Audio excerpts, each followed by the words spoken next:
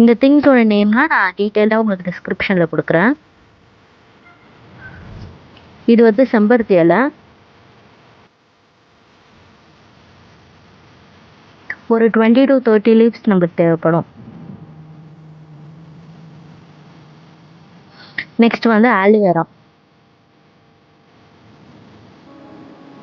அதுக்கப்புறம் கருவேப்பிலை. செம்பருத்தியோட பூவும் எடுத்துக்கலாம். நம்ம எல்லா திங்ஸும் நான் ஒரு பிளேட்டில் எடுத்து வச்சுக்கிறேன். நெக்ஸ்ட் நான் கடாயை ஹீட் பண்ணி செக்கில் ஆட்டின கோகனட் ஆயில் ஆட் பண்ணிக்கிறேன்.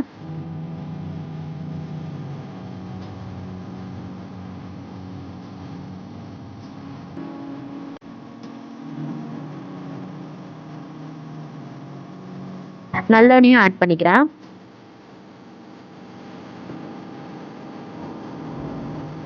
அதுக்கப்புறம் அது ஹீட் ஆனதுக்கப்புறம் நம்ம எடுத்து வச்ச இந்த இன்க்ரீடியன்ஸ்லாம் அதில் போட்டுக்கலாம். இது வெட்டி வேர், அப்புறம் ரோஸ் பெட்டல்ஸ், அப்புறம் ஆவாரம் பூ,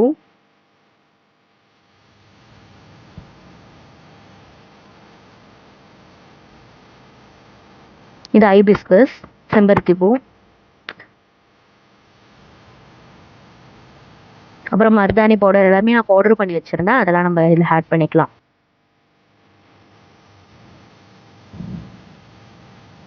அதுக்கப்புறம் நம்ம எடுத்துகிட்டு வந்த செம்பருத்தி இலை, செம்பருத்தி பூ,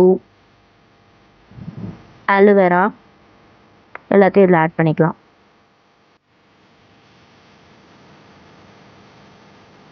கருவேப்பிலை.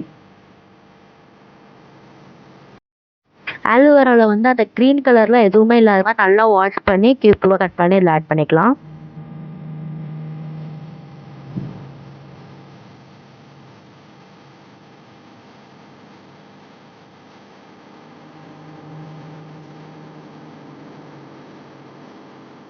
அப்புறம் இது 30 to 40 மினிட்ஸ் நல்லா பாயில் ஆகும். கலர் நல்லா பிளாக் டு ரெட் அந்த அளவுக்கு நல்ல கலராக வரணும்.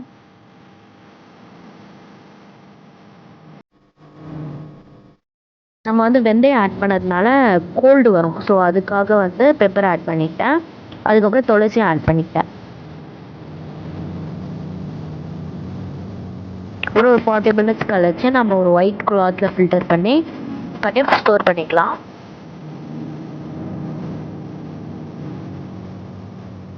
நான் 2 months வர மாதிரி தான் ஆயில் ப்ரிப்பேர் பண்ணேன்.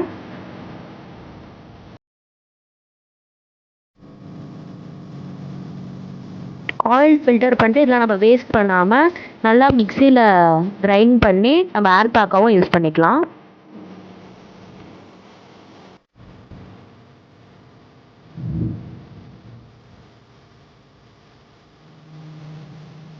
அவ்வளோதான். ஆயிலோட கலர் பாருங்கள், இந்த அளவுக்கு வரணும்.